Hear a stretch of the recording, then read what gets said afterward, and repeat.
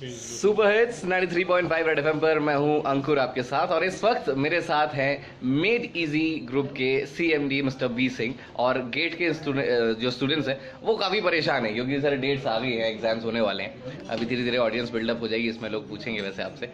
तो मैं सबसे पहले आपसे कहना चाहता हूँ कि स्टूडेंट्स बहुत परेशान है, और कई बार जो होता है कि फ्रस्ट्रेशन की वजह से या फिर डिप्रेशन की वजह से एग्जाम्स बिगड़ जाते हैं। तो क्या एडवाइस आप देना चाहेंगे? देखो, डिप्रेशन या परेशान होने का तो कोई मतलब ही नहीं है। इंजीनियर्स इतने हार्ड वर्किंग होते हैं, टैलेंटेड होते हैं कि वो जो चाहें वो कर सकते हैं। तो अपना सेल्फ बिलीफ और कॉन्फिडेंस आप पहचानो। होता तो सभी में है लेकिन पहचानते नहीं है लोग।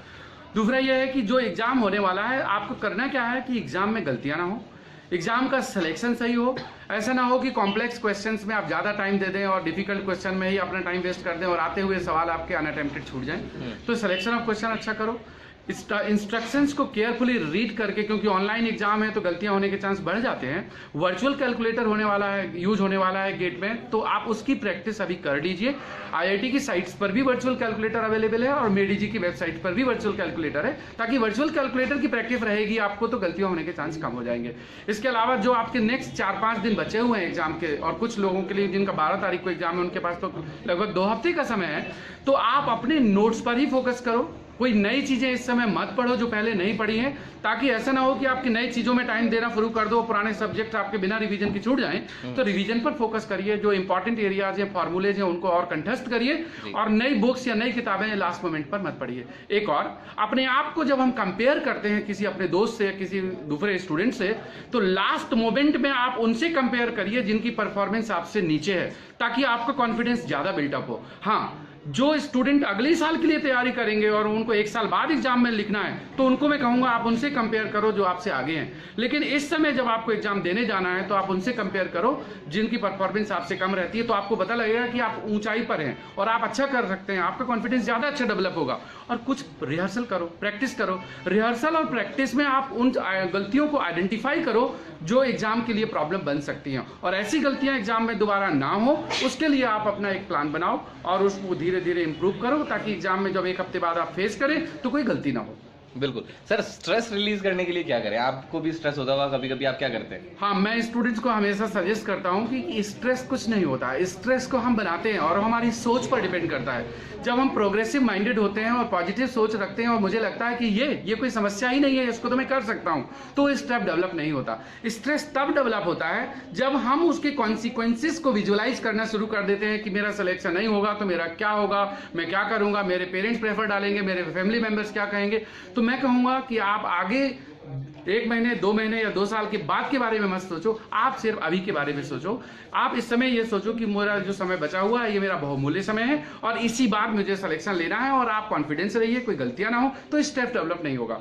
एक और, एग्जाम की जो प्रीवियस नाइट होती है, उस प्रीवियस नाइट में सोना बहुत जरूरी है। कई स्टूडेंट्स इतने टेंशन में आ जाते हैं कि वो प्रीवियस नाइट में सोते नहीं है, और जब वो सो नहीं पाते तो एग्जाम के टाइम में वो परफॉर्म नहीं कर पाते।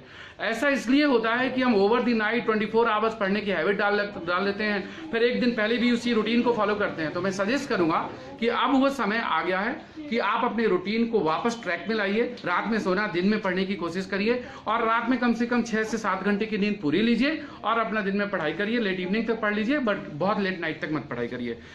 अपने स्वस्थ रहने के लिए आप लाइट फूड खाइए, कोई ऐसी चीजें ना ऑयली वगैरह मत खाइए, और अपना कॉन्फिडेंस डेवलप करने के लिए आप कुछ रिहर्सल करिए, प्रैक्टिस करिए, और क्वेश्चंस को इवेल्युएट करिए, और जो एरियाज आपके पहले से पढ़े हुए हैं उन्हीं को रिवाइज करिए। जब हम कोई नई चीज पढ़ने लगेंगे और लास्ट मोमेंट में हमें नई चीज समझ में नहीं आएगी तो फिर टेंशन डेवलप होता है। इसलिए लास्ट मोमेंट में जब 1 हफ्ता बचा हो, इस समय नई किताबें या नए एरिया पढ़ने की कोशिश मत करिए। ओके, तो सारी चीजें बता दी है, एग्जाम देकर और उसके बाद भी थोड़ा बहुत टेंशन बचा हो तो कोई मूवी देखा। सर, लास्ट क्वेश्चन, आपने लास्ट मूवी कौन सी देखी थी? देखो, मुझे तो 3 इडियट मूवी बहुत पसंद थी, जहां पर सारे इंजीनियर कैसे एंजॉय करते थे, वो रैंचो, वो राजू और फरहान। आप उनसे सीखो कि उन्होंने नॉलेज या पढ़ा किस लिए, काबिल बनने के लिए, ना कि उन्होंने डिग्री पाने के लिए। तो मैं कहूंगा कि आपने काबिल बनने के लिए पढ़ाई करो, आप डिग्री के लिए मत पढ़ाई करो, और उसी एंजॉय के साथ पढ़ाई करो, और आप रेंचो की जैसा बनो कि आपको सफलता अपने आप झकमार के आएगी, आप तो सिर्फ नॉलेज के लिए पढ़ाई करो। क्या बात है, बस लास्ट में बोल दीजिए, जो मुझे सुन रहे हैं उनको भी लगना चाहिए कि अंकुर के साथ सर है, कि अंकुर के साथ रेड एफएम बजाते रहो। अंकुर के साथ रेड एफएम बजाते रहो, सुनते रहो। हम लोग जब अपने कॉलेज में थे तो हम लोगों का जो अच्छा टाइम होता था, क्रिटिकल टाइम होता था,